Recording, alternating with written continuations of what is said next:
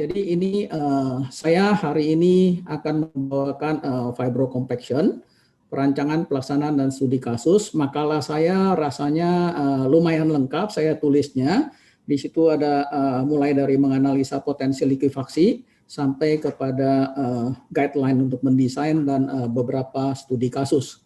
Di dalam presentasi ini saya tidak akan membawakan yang bagaimana menganalisa potensi likuifaksi, karena keterbatasan waktu. Saya akan langsung kepada fibronya, ya, fibro kompaksi. Jadi saya bawakan ini fibro kompaksi, perancangan, pelaksanaan, dan studi kasus. Mulai dari kita pendahuluan, kemudian apa itu fibro kompaksi, kemudian tujuan, mekanisme, jenis pelaksanaan, terus apakah kita menggunakan material tambahan, material pengisi, begitu. Lalu pedoman perancangannya, terus kemudian juga stone column misalnya, ya. Dan ada juga toleransi terhadap getaran, karena fibro sesuai dengan namanya, fibro itu menimbulkan getaran. Seringkali kalau dekat-dekat pemukiman itu akan menimbulkan gangguan kepada orang-orang atau fasilitas di sekitarnya. Jadi kita perlu tahu juga tentang getarannya. Terus beberapa pengalaman lapangan, 2 pengalaman lapangan yang saya sajikan di sini tidak ada di makalah saya. Dan kalau yang di makalah silakan dibaca di makalah, itu cukup jelas saya rasa saya menulisnya gitu ya, cukup banyak halamannya juga. Oke, kita udah tahu, ini saya ambil dari presentasi Pak Masyur. Kita tahu bahwa Indonesia memang wilayah gempa, di mana kita banyak mengalami peristiwa likuifaksi, dan kita juga tahu bahwa likuifaksi di Palu itu merupakan likuifaksi yang paling besar yang pernah tercatat di dalam sejarah geoteknik modern gitu ya, dan segala macam fenomena gempa terjadi di Palu itu ya. Yang kita pelajari itu terjadi semua di Palu, menjadi suatu laboratorium besar buat kita juga ya untuk belajar. Nah, kita tentunya memerlukan yang namanya perbaikan tanah, di mana perbaikan tanah yang kita bisa lakukan untuk mitigasi likuifaksi itu adalah terutama fibro compaction, dynamic compaction, dan stone column. Tentunya ada juga bisa pakai grouting, bisa pakai yang lain-lain yang cocok. Nah, di sini kita hanya akan membahas tentang fibro compaction. Nah, apa itu fibro compaction ya, bagi yang mungkin belum tahu ya, fibro compaction itu merupakan proses pemadatan tanah di atas dan di bawah muka air tanah dengan cara kita memasukkan batang penggetar ke dalam tanah. Seperti di gambar yang sebelah kiri, kita memakai itu yang namanya fibro kompaksi yang fibro compaction yang top mounted ya, yang top mounted artinya kita memakai yang itu adalah yang ini, top mounted vibrator ya, fibronya di atas, batang penggetarnya yang masuk ke dalam tanah itu bukan merupakan komponen getaran, tetapi merupakan komponen penyambung saja. Terus kita juga ada yang pakai sistem ini yang kita kenal dengan nama FibroFloat. Kalau skala kecilnya mungkin semua pernah melihat yang namanya penggetar beton gitu ya, kalau kita ngecor beton. Nah, ini kira-kira skala besarnya lah ya, skala besarnya. Di mana ini diameternya bisa saja mencapai 40-60 cm gitu ya. Terus ada juga yang dikembangkan oleh orang yang bernama Massage yang dari Jerman, itu dibilang resonance compaction method, di mana dia menggunakan probe yang berlubang-lubang gitu ya. Nah, itu terus apakah tujuan dan mekanisme dari fibro kompaksi, bagaimana dia mekanismenya? Tujuannya tentunya ya kita untuk memadatkan tanah granular ya, agar mampu memikul beban di atasnya dengan perantaraan pondasi dangkal misalnya.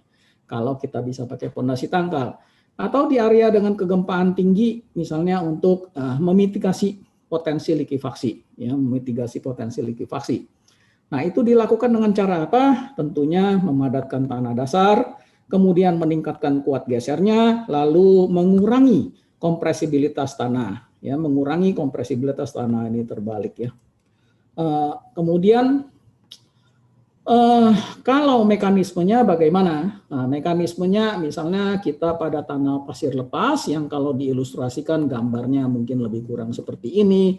Terus pada waktu digetarkan dengan memasukkan batang penggetar ke dalam tanah, itu pada tempat di sekitar batang getar kita itu akan menimbulkan tegangan air pori yang cukup tinggi karena getarannya frekuensinya cukup tinggi juga, sehingga tegangan air pori itu akan meningkat dan membuat menyamai dengan tegangan total di sekitarnya, sehingga terjadilah likuifaksi setempat gitu, boleh dikatakan likuifaksi setempat.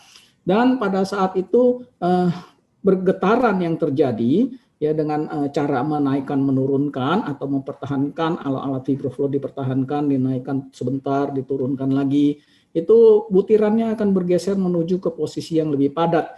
Jadi kalau saya diperhatikan misalnya titik-titik garis titik hitam ini, awalnya misalnya void ratio-nya adalah seperti tinggi ini, lalu kalau dia likuifaksi dia tentunya volumenya bertambah gitu, lalu setelah dia memadat ini volumenya void ratio-nya berkurang ya, jadi lebih padat.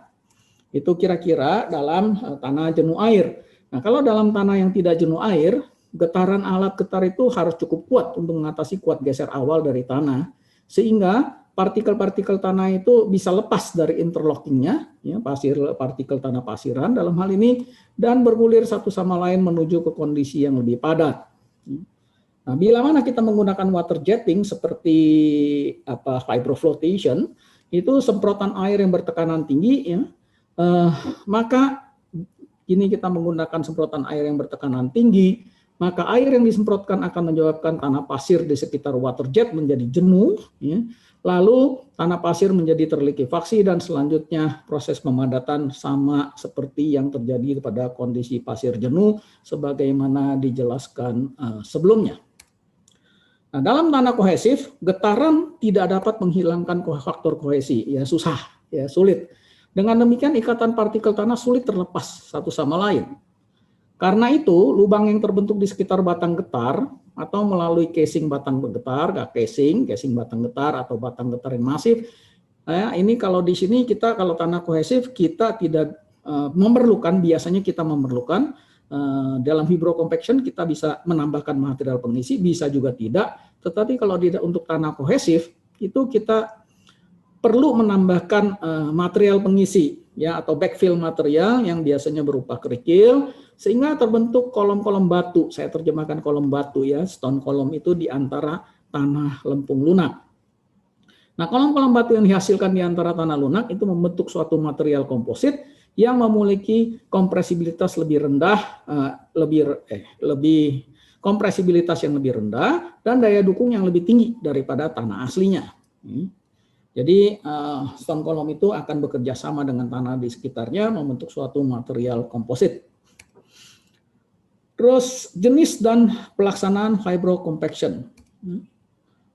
Pertama adalah fibrocompaction dengan yang saya namakan fibrodesak atau bahasa sananya itu disebut fibro displacement ya, fibro displacement.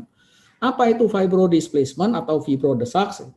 Ya, itu biasanya vibratornya dipasang di atas. Ya, jadi vibratornya dipasang di atas dan vibrator ini ada dua massa eksentris yang berputar berlawanan arah dan dipasang seperti ini sehingga pada saat dia ini bandul ke arah sana, ini bandulnya ke arah horizontal, dia tidak bergetar ya karena saling menghapus gaya gaya sentrifugalnya saling menghapus. Tetapi pada saat yang bersamaan dia mencapai bawah misalnya seperti ini posisi di bawah, dia akan gerak turun atau pada saat dia mencapai di atas dia akan bergerak naik gitu. Ya, jadi dia akan karena dua bandul yang eksentrisitas itu dia akan bergetar naik turun. Nah, di sini tanah asli tidak dikeluarkan dari dalam tanah. Jadi kita menggetarkan batang penggetar ini, ya batang penggetarnya nanti kita bisa lihat tipenya macam-macam. Ya, tanah tidak dikeluarkan dari dalam tanah aslinya. Karena itu kita sebut dengan fibro displacement atau saya terjemahkan sebagai fibrodesak karena tanahnya didesak ke kanan ke kiri ke sekitarnya. Ya. Nah, tergantung sebaran gradasi butiran tanah atau grain size distribution dan batang getar yang kita pakai, proses pemadatan dapat dilakukan dengan menambahkan bisa menambahkan material pengisi ataupun tidak. Ya, tergantung tanah aslinya juga, pasirannya seperti apa. Jenis batang getar yang kita gunakan itu bermacam-macam. Pertama, casing dengan ujung terbuka atau tertutup. Ya. Di sini kalau tertutup kita bisa tambahkan material pengisi kalau kita menggunakan ini. Terus kemudian menggunakan profil baja, bisa juga baja seperti itu, atau menggunakan baja masif gitu ya, pipa batang baja, atau ini yang dikembangkan di Swedia dulu ya dengan nama Fibrowing. Jadi ada sirip-siripnya, batang masif, terus sekitarnya ada sirip-siripnya. Atau yang dikembangkan di Jerman oleh Massage, ya, yang menggunakan profil seperti ini, ya, double Y atau Y ganda, yang berlubang-lubang seperti yang tadi saya perlihatkan di foto. Ya. Nah, metode ini pernah kita pakai juga, pernah dipakai di Ancol pada waktu mereka membuat akuarium itu ya, akuarium yang namanya SeaWorld, ya. Itu dipakai dulu, ya. Nah, sekitar tahun berapa itu? Kalau nggak salah 92-93 kali ya. Bila perlu ditambahkan material pengisi, jadi batang getar ini digetarkan naik turun biasanya ya, diangkat sejarak 30-80 cm beberapa kali untuk memadatkan pasir di sekitarnya, di sekitar ujung batang getar. Nah, bila perlu ditambahkan material pengisi, maka batang penggetar yang digunakan biasanya berupa casing seperti ini, tapi ujungnya dilengkapi dengan sepatu yang dapat membuka dan menutup. Dengan demikian material pengisi dapat ditambahkan melalui lubang casing. Nah, ini adalah susunan alat kira-kira skematiknya dan fotonya kalau kita menggunakan material pengisi. Ya, jadi mulai dari pipa casing ini, ya. Terus ada yang namanya hopper untuk nanti kita mengisi dan menuangkan material pengisi ke dalam casing ini. Lalu di atasnya kita pasang vibrator, ya, dengan motor penggeraknya tentunya, dan tentunya ada peredam getaran supaya si kren tidak ikut bergetar gitu ya. Terus juga ada pipa pengarah supaya dia bisa turun dengan baik dan vertikal, relatif vertikal gitu ya. Jadi itu peralatan basicnya, dan ada hopper, ada bucket ini ya. Bucket ini untuk kita ngisi pasir pada saat posisi casing tinggi tidak bisa dijangkau oleh kita misalnya shovel atau loader ataupun ekskavator, kita perlu memakai bucket yang untuk mengerek tanah tambahan ya, material pengisi untuk dituangkan ke dalam hopper ini, ke dalam hopper ya. Jadi itu di sini kita biasanya tidak pernah menggunakan air karena itu juga disebut metode kering ya. Jadi ini fotonya, ini hoppernya, ini adalah bucketnya, material pengisi ya. Lalu biasanya bagaimana prosedurnya kira-kira ya, kira-kira. Tentunya kita memposisikan batang getar di titik pemadatan ya, seperti ini. Jadi ini top mounted vibrator, ini ada material pengisi yang kita sudah siapkan, ya juga digunakan kompresor. Kenapa disediakan kompresor? Karena pada waktu batang ini tertutup, ujungnya tertutup, kita getarkan masuk ke dalam tanah sampai kedalaman yang ditargetkan. Terus pada saat kita menuangkan ini ke dalam, terus pas kita menarik nantinya itu akan timbul suction, jadi ada hampa di dalamnya ya, ada hampa udara di dalamnya. Nah, itu mesti dipompakan kompresor lewat pipa kecil yang dipasang di sepanjang casing ini supaya tidak terjadi suction yang menyulitkan kita untuk menarik dan bisa berakibat sulitnya turunnya material pengisi. Jadi terus ini setelah sampai di kedalaman yang kita inginkan, target, maka kita tarik ke atas dan menyemprotkan tadi udara bertekanan, maka tutup ujung sepatu bawah ini, di bawah sini ya, sepatunya akan terbuka dan materialnya akan keluar. Ya, kemudian kita angkat, biasanya casingnya bisa diangkat, kadang-kadang diangkat sampai 2-3 meter tergantung kondisi tanahnya seperti apa ya. Terus kita mendorong masuk lagi ya, mendorong masuk lagi.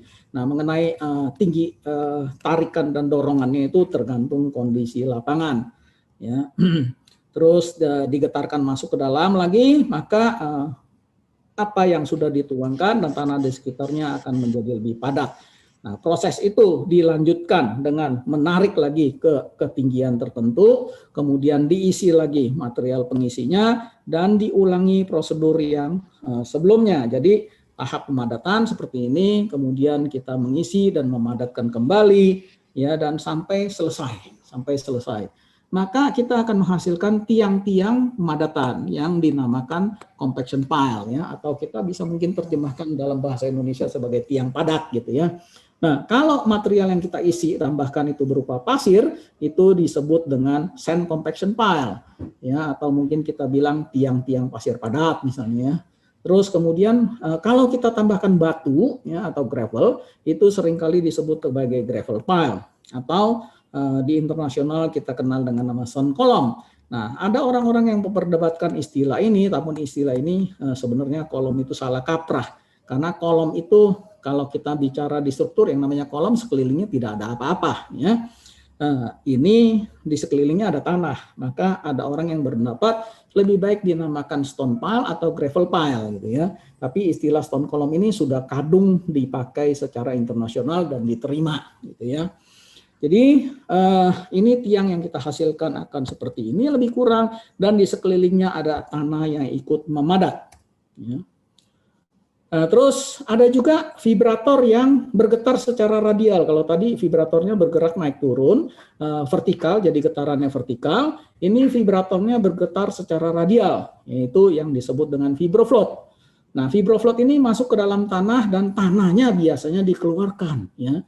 Keluar, tanah aslinya sebagian keluar dari tanah, kemudian diisi dengan material pengisi, karena itu disebut juga dengan proses vibro replacement atau vibroganti. Saya bilang vibroganti lah ya terjemahkannya gitu ya. Lalu kalau biasanya kita gunakan air ini ya, kita gunakan air seperti gambar di sini, ada jetting di atas dan ada jetting di bawah. Itu disebut dengan proses basah atau wet process fibro compaction, ya, atau seringkali orang bilang fibro flotation. Nah, vibrofloat itu seperti apa? Ya, seperti saya katakan tadi bahwa ini adalah miniaturnya mungkin seperti batang getar yang kita pakai kalau kita memadatkan beton pada waktu kita ngecor ini ya. Jadi di dalamnya ini ada sirip-sirip yang apa namanya? Bukan sirip, artinya eccentricitas weight, eccentric weight, ya, beban eksentrik yang berputar. Jadi seperti ini. Ya, kita tahu dari prinsipnya apa, perputaran suatu massa itu akan menimbulkan gaya sentrifugal keluar gitu ya. Terus setiap kali dia berputar ke arah manapun, karena dia cuma sendirian, tidak berpasangan, itu gayanya akan selalu mengarah keluar dan menimbulkan centrifugal force, gaya sentrifugal seperti ini gitu ya. Jadi menimbulkan getaran dalam arah radial, Dan ada wingnya, ya, wing sirip-sirip ini tujuannya supaya si seluruh batang vibrofloat ini tidak ikut berputar, ya. Dan ada peredamnya tentunya ya, peredam supaya batang atasnya tidak bergetar. Nah, itu biasanya getarannya sekitar berapa? 15-30 mm amplitudonya ya. Dan frekuensi getarnya antara 0 bisa sampai 3000 rpm ya. Ini kira-kira dayanya, kilowattnya. Tapi sekarang mungkin ada yang lebih besar lagi ya. Nah, cara kerjanya seperti apa? Cara kerjanya biasanya pada umumnya itu pertama kali kita membuka jetting di bagian bawah. Jadi dengan disemprot dan ini sambil bergetar sambil menyemprotkan air dalam jumlah yang cukup besar. Jadi memerlukan kuantitas air yang cukup besar. Tanah ini disemprot sehingga terbentuklah kolom-kolom air, ya, lubang yang terisi dengan air di dalam tanah yang ingin kita padatkan. Lalu setelah terbentuk kolom lubang yang terisi air itu, diisilah dengan material pengisi, dituangkan dari atas, dia akan turun. Nah, pada saat dia turun seperti itu, kita jetting di bawah ini dimatikan. Ya, yang dibuka jetting yang sebelah atas. Kenapa? Supaya material ini bisa turun gitu ke bawah gitu. Kalau jettingnya di bawah nanti susah madetnya gitu ya. Jadi dipadatkan Nah, seperti itu lalu didorong masuk kembali dan dipadatkan. Begitu selanjutnya diangkat, didorong, biasanya sekitar ditariknya kalau vibrofloat cuman per 30 cm, ya per 30 cm sampai 60 cm lah gitu ya. Pengalaman saya dalam mengerjakan itu pernah beberapa kali, waktu saya masih menjadi junior engineer itu terjun ke lapangan ikut mengerjakan gitu ya. Terus ada juga yang dikembangkan baru dan ini saya tidak pernah lihat alatnya, terus terang ya, tidak pernah lihat alatnya. Itu dikembangkan oleh Keller ya, oleh Keller, mungkin salah satu sponsor kita kalau nggak salah ya. Itu dipakai vibrofloat yang lebih modern lagi ya, lebih modern lagi, di mana kalau tadi vibrofloat yang sebelumnya kita mengisi dari sampingnya, dari lubang yang di ini material pengisi, tetapi yang namanya vibrocap ini itu di tengahnya justru ada annular space. Jadi di dalam lubang, di tengah-tengah vibrofloat ini ada lubang ya. Ada lubang untuk mengantarkan, untuk mengisi ini ya, kerikil ini untuk turun ke bawah gitu. Jadi tidak perlu lewat samping ya, tidak perlu lewat samping gitu. Jadi dia bisa dilakukan dengan proses yang kering, tidak harus proses basah gitu ya. Jadi digetarkan dengan tekanan udara, biasanya kompres, terus ditambah dengan kompres air supaya tadi menghilangkan suction. Lalu material pengisi dipompakan ya dengan udara bertekanan lewat sini, lewat tengahnya dan turun ke dalam sini, baru dipadatkan sehingga akhirnya terbentuklah kolom-kolom batu seperti ini. Nah, terus bagaimana material pengisi gitu ya, material pengisi. Nah, kita tahu bahwa dalam pelajaran soal mekanik bahwa kalau saya punya tanah asli itu distribusinya relatif uniform ya, uniform partikel, gradasinya uniform, itu sulit dipadatkan gitu ya, itu sulit dipadatkan. Karena kita tahu kalau ukurannya seragam ya tingkat kepadatannya nggak bisa bagus gitu ya. Jadi biasanya kita perlu tambahkan material pengisi kalau dalam gradasinya agak uniform gitu ya. Nah, terus tanah-tanah jenis apa yang kita bisa pakai, ini bukan material pengisinya ya, untuk menerapkan fibro compaction ya. Nomor satu adalah ini, kalau kita masuk grain size kita, tanah asli ya, dalam hal ini grain size kita, tanah aslinya, kalau berdasarkan ini kita plot ke dalam diagram ini, masuk ke area A, ya, gradasi kita misalnya masuk begini ke area A gitu ya, dari tes gradasi butiran, itu peralatan fibro kita cepat rusak. Ya, kenapa? Terlalu kasar ya, seperti gambar di bawah ini ya.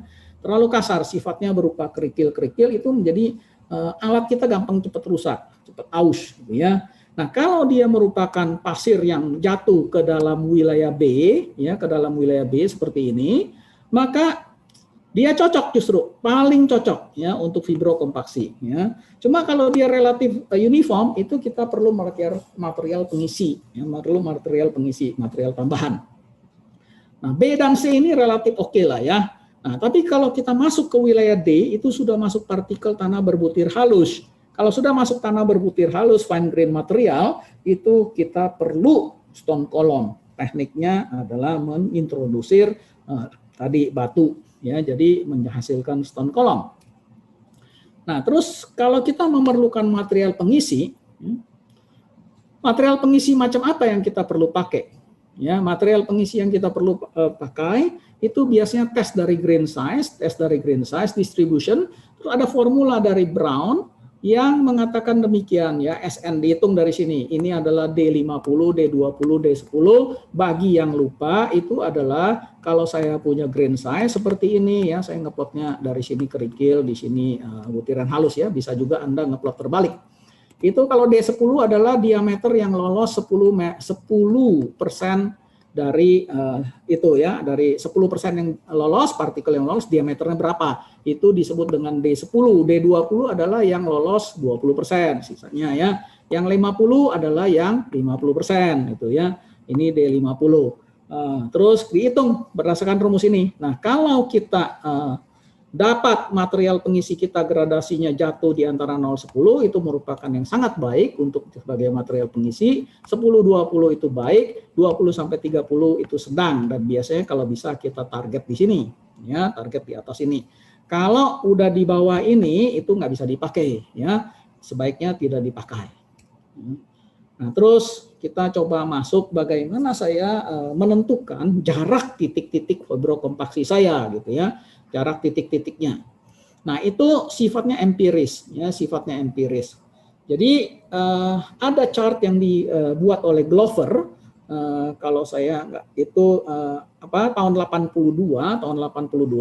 itu dia membuat chart seperti ini, di mana grafik yang ini yang ini adalah untuk 30 fibrofloat, kekuatannya 30 horsepower, yang brown ini adalah yang kekuatannya 100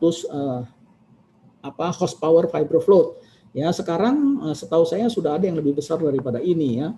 Jadi ini adalah cara kita memperkirakan, misalnya ya, katakanlah target kompaksi kepadatan relatif kita berapa. Ini dihitung tentunya lewat analisa. Kalau kita untuk memitigasi likuifaksi, ya kita lewat analisa likuifaksi, memerlukan relatif density berapa supaya tidak terjadi likuifaksi. Ya. Kalau untuk mengatasi settlement, ya sampai berapa relatif density berapa ya. Tapi jangan pernah Anda mendefinisikan DR sampai 80% misalnya ya, wah setengah mati itu ya, nggak bisa tercapai nanti ya, kontraktornya bisa nangis-nangis itu ya. Jadi ini contoh 65% misalnya ya. Nah, relatif density saya dikehendaki 65% target, maka saya tarik dari sini angka 65% vertikal ke atas ke garis diagonal ini ya, mencapai titik B. Lalu saya tarik ke kiri, ya saya bacalah berapa influence coefficient, angkanya berapa. Dalam contoh ini terbaca 7,6. Ya. Terus kalau saya memakai pola segitiga seperti grafik ini, maka angka 7,6 ini kita bagi 3. Kita bagi 3, maka saya dapat 2,53, terus saya turun baca di 253 sini, saya tarik ke kanan, kalau saya pakai yang horsepower-nya cuma 30, maka saya mendapatkan yang namanya R, ya, distance from fibrofloat 5,25 feet. Kalau saya pakai yang 100, kekuatan 100, ya saya tarik ke sini, saya baca di sini berapa. Lalu itu adalah jarak dari titik terjauh dari jarak satu fibrofloat. Jadi seperti gambar ini misalnya, itu yang kuning-kuning adalah titik fibrofloatnya yang di atas ini ya.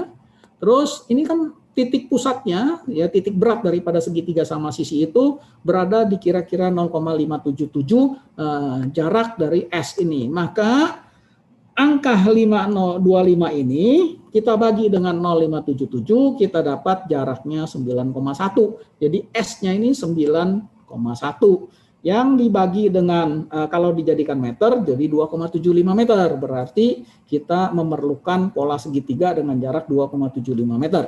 Itu sebagai guideline kita untuk menentukan.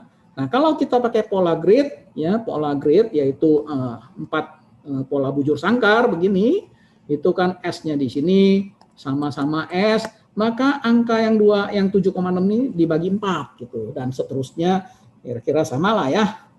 Angka 4, 1,9 tarik ke kanan, ya terus dapat R-nya berapa. Nah, terus kalau pola segitiga gini kan tengah-tengahnya titik beratnya itu adalah jaraknya ini S akar 2 gitu ya, S akar 2. Jadi kita bisa bagi dengan jaraknya setengah akar 2 ini, kemudian maka kita dapat jaraknya seperti ini gitu ya, akar 2. Itu kita dapat jaraknya. Nah, terus juga ada diagram dari Mitchell, Cathy, dan Thornburn. Kita lihat misalnya di sini adalah pola bujur sangkar gitu ya. Diameter ini adalah perkiraan jadinya itu diameter D ya. Terus D besar itu jarak di sini ya.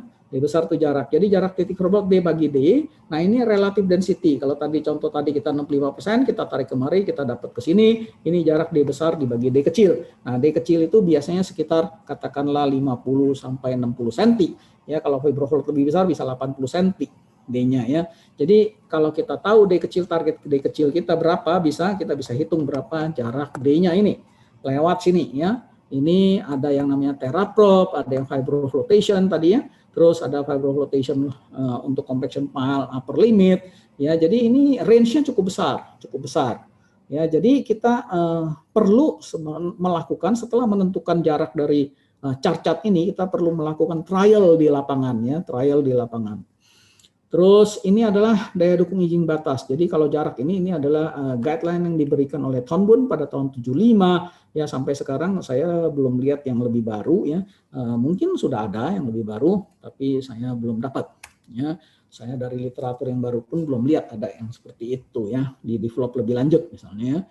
Nah, lalu ini adalah berapa nilai SPT yang bisa dicapai ya. Ini yang kurva titik-titik adalah yang sebelum konveksi, terus ini sebaran SPT yang dites, terus rata-ratanya diambil sini, kira-kira diperkirakan kalau Anda punya SPT awalnya misalnya berapa, ya ini adalah persen butiran halus, ada berapa banyak butiran halus kita, kalau katakanlah 10%, terus kita naik ke atas ini, ya sebelumnya mungkin SPT kita berapa di sini gitu ya.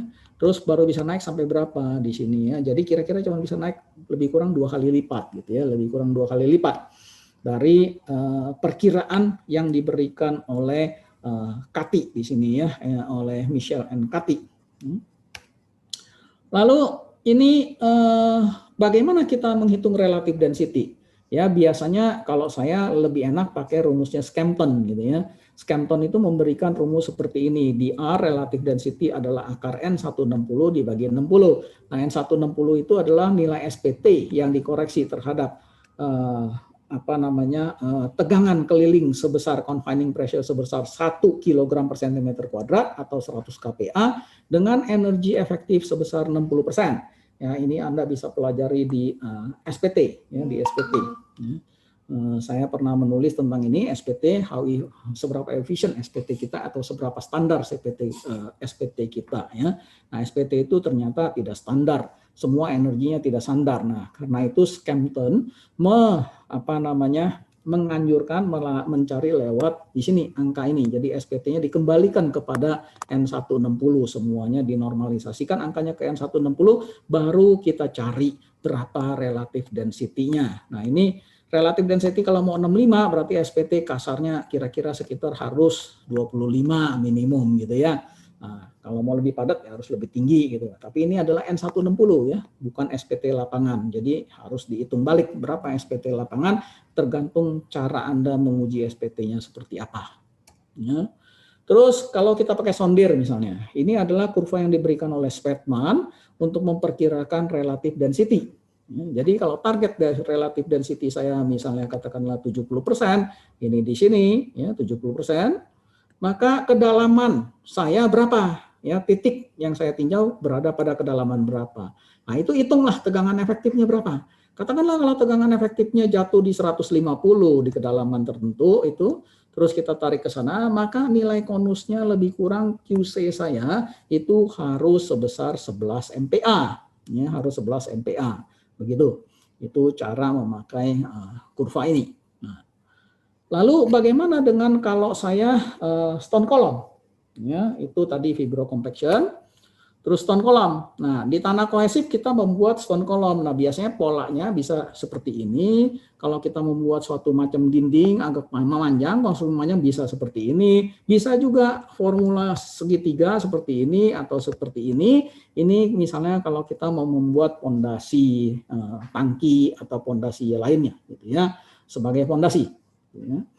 Nah, terus meningkatkan stone column ngapain? Meningkatin daya dukung tanah ya. Terus permeabilitas kolom batu yang lebih besar daripada tanah di sekitarnya tentunya akan mempercepat disipasi tegangan air pori sehingga kolom batu juga berfungsi sebagai vertical drain di sini ya.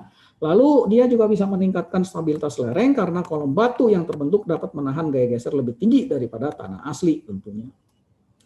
Nah, terus bagaimana menghitungnya? Nah, ada yang memberikan seperti ini cara menghitungnya, yaitu sigma V ini adalah berapa besar gaya yang bisa saya pikul di atasnya, katakanlah seperti itu ya, tegangan vertikal pada kolom batunya ya, pada kolom batunya berapa?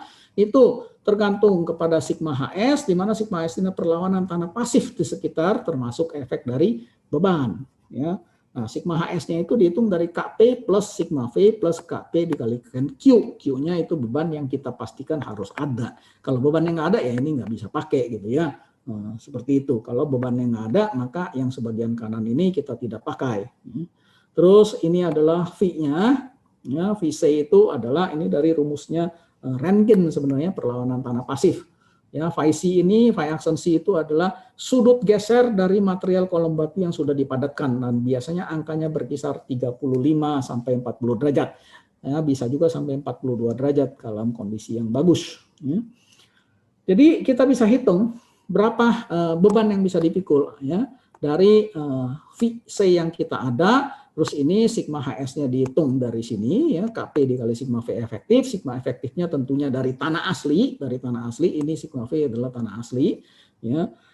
Kita hitung, atau kalau tanah saya dalam kondisi undrained, saya ngitungnya bebannya bisa dipikul kira-kira 25 kali daripada undrained shear strength tanah asli saya. Lalu daya izinnya berapa? Ya dari sigma V yang kita hitung dibagi dengan faktor keamanan. Nah, faktor keamanannya terserah Anda, seberapa Anda percaya dan seberapa berani. Gitu ya. Di situ contohnya 3 misalnya. Terus daya dukung tipikalnya berapa sih biasanya? Nah, per kolom itu kira-kira 200 sampai 300 kN per kolomnya. Dengan beban sebesar daya dukung izin, penurunan satu kolom batu biasanya umumnya kita desain lebih kurang 5 sampai 10 mm gitu ya. Ya, kalau tidak masalah terhadap penurunan asalkan uniform ya bisa-bisa saja lebih besar gitu ya. Bisa saja lebih besar. Nah, kemudian penurunan grup kolom batu bisa lebih dari 100 mm ya. Penurunan itu bisa diperkirakan dari kurva ini. Kembali lagi ini adalah kurva empiris yang dibuat oleh Greenwood. Nah, modulus yang kalau kita menggunakan program misalnya ya, menggunakan program Plaxis 3 dimensi misalnya, atau yang 2 dimensi dengan aksi simetri kita analisa. Nah, kita akan memerlukan modulus yang atau nilai E. Nah, itu biasanya bervariasi antara 40 sampai 70 MPa ya. By the way, ada juga program khusus untuk ngitung fibro compaction yang dibuat oleh DC Software ya, yang kebetulan ya saya juga termasuk yang ditunjuk untuk jadi distributornya. Itu ada khusus untuk fibro compaction untuk ngitung ya. Software yang sudah dibuat oleh Jerman ya. Terus ini ada jadi sini kalau jarak kolom batu saya berapa? Tadi contoh tadi misalnya 2,75 meter.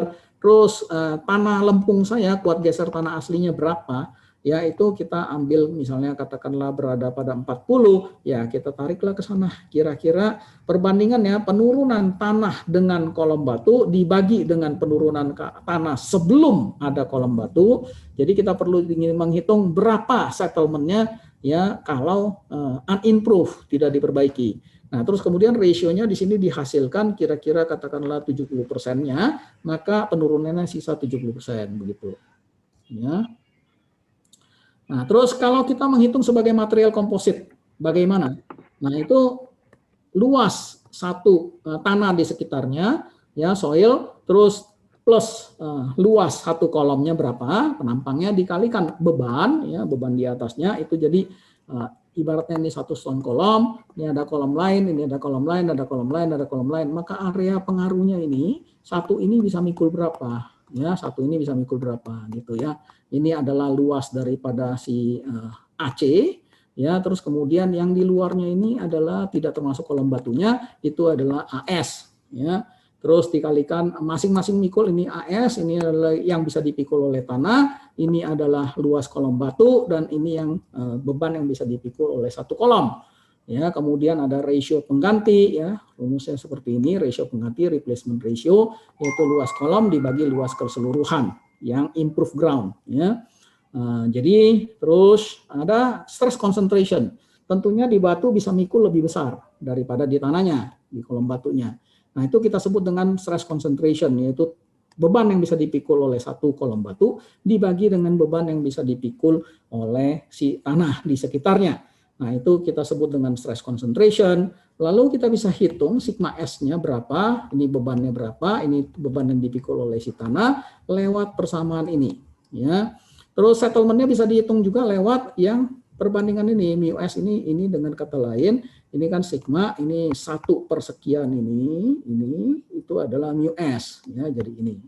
Nah, itu settlement daripada sistem itu pada akhirnya berapa? Mu S dikalikan dengan MV, atau ini bisa di 1/E ya, 1/E modulus dari tanah ya, tanah asli, kalikan dengan bebannya, kalikan dengan tinggi awal ya, tinggi awal berapa? Itu perkiraan penurunannya.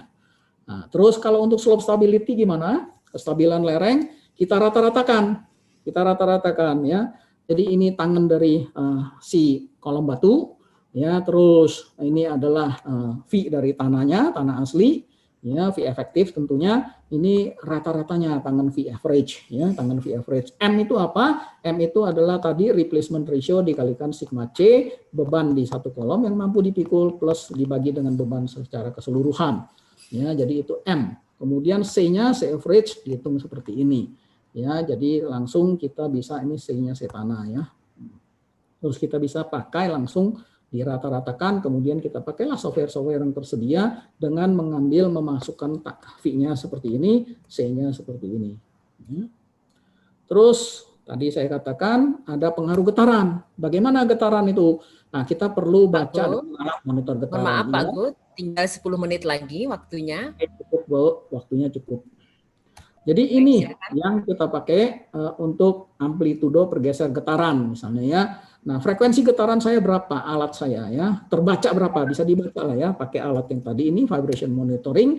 Kemudian amplitudenya juga bisa dibaca dengan vibration monitoring. Alat-alatnya ada di Indonesia, ada yang punya beberapa. Dulu saya pernah punya, sekarang tidak punya, ya.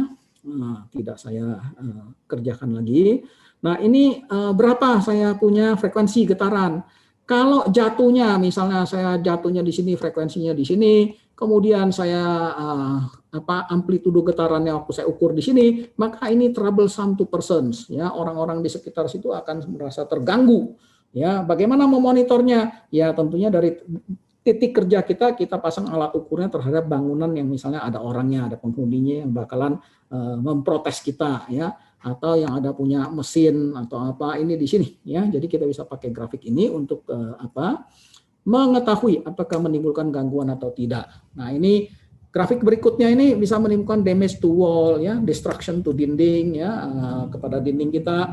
Terus troublesome to person, kita bisa pakai chart-chart seperti ini. Ini yang dikembangkan oleh Richard dan kawan-kawan, ya, dari bukunya Richard.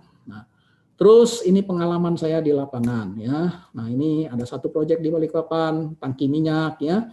Terus itu adalah tanah dasarnya pasir halus berlanau, ya, dengan kedalaman 12 meter, perlawanan konusnya relatif kecil, ya. Terus ini ada salah ketik, distribusi ukuran butiran, kadar lanaunya kurang dari 10%, ya. Terus target mau dipadatkan sampai 65%, ya. Ini untuk ngatasin settlement. Nah, kita lihat bahwa subsoilnya begini, ini subsoil, ya. Itu cocok untuk dilakukan pekerjaan fibro. Tapi kalau ini saja tanpa material pengisi nggak bisa padat karena ini uniform, ya, gradasinya uniform. Jadi ditambahkanlah material pengisi ini, material pengisinya, ya, yang kasar, nanti digabung. Ini kalau digabung menjadi gradasinya agak nyebar gitu, ya, nyebar itu distribusinya. Jadi bisa dipadatkan dengan baik. Terus ini kontraktor mencoba melakukan dengan gini, pola kompaksi 1,7 meter ke target 12 meter.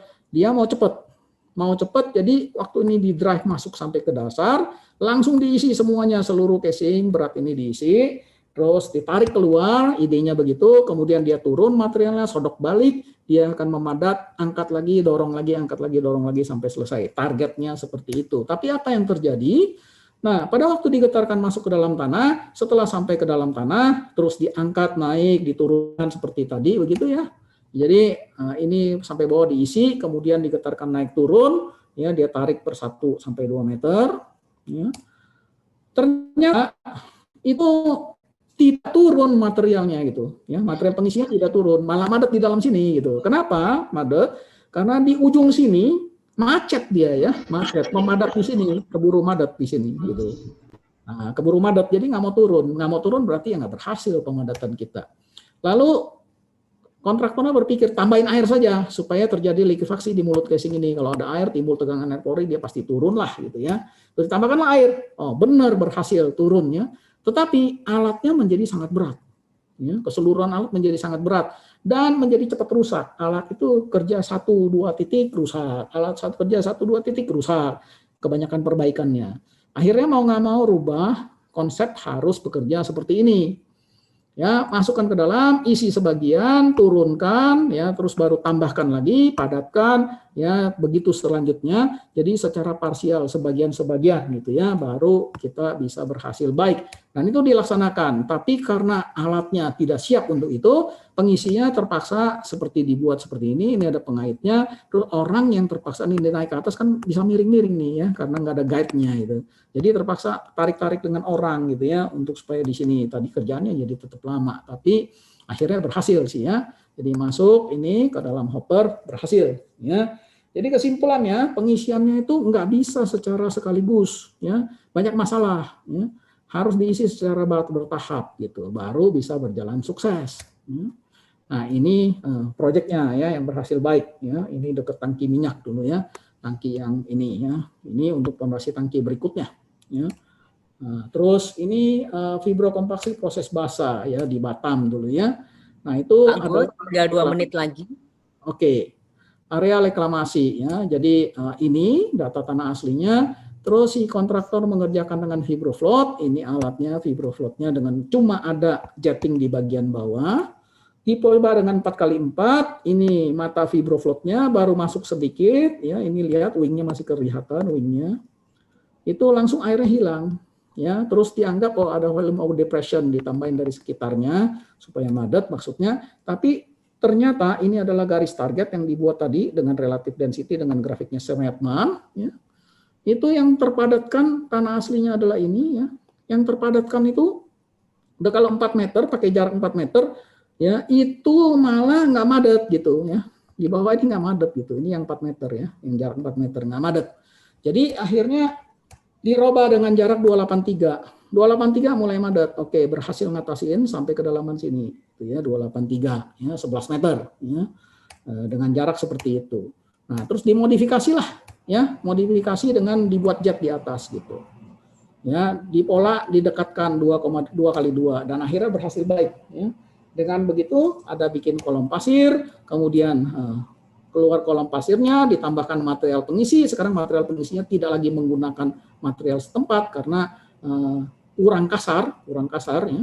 Nah, itu akhirnya selesai dengan baik dan bisa memperbaiki sampai sini ya, sampai sekitar 13 meteran ya. Tapi sebenarnya target maunya 18, tapi akhirnya ya dihitung-hitung settlementnya dengan begini masih oke, ya diterima gitu ya kerjaannya. Jadi ini material yang tanah dasarnya. Tadi ya ini material pengisi yang ditambahkan, yang A ini ya, ini material pengisi. Oke, jadi sampai situ uji coba pelaksanaan fibrokompaksi di lapangan itu catatan penutupnya sangat diperlukan untuk menentukan pola dan metode pemadatan yang optimal. Hasil pemadatan harus selalu dievaluasi dengan menggunakan alat uji in situ sebelum dan sesudah, dan tentunya alatnya harus sama ya, alatnya supaya komparasinya gampang gitu ya. Terus uji yang diterapkan seringnya adalah apa? SPT, CPT atau pressure meter test. Ya. Nah, keberhasilan pelaksanaan perbaikan tanah memerlukan kehadiran seorang ahli geoteknik berpengalaman yang dapat menentukan metode pelaksanaan dan paham akan perilaku tanah dan target yang ingin dicapai. Terus pengetahuan dan keahlian geoteknik serta engineering judgment yang baik selalu diperlukan dalam metode perbaikan tanah. Karena metode perbaikan tanah itu banyak empirisnya ya, tidak seperti pada piling. Piling itu relatif boleh bilang sudah lebih established rumus-rumusnya ya. Oke, ini daftar pustaka yang saya pakai. Terima kasih. Sampai sini saya kira waktunya mungkin pas ya. Terima kasih atas perhatiannya.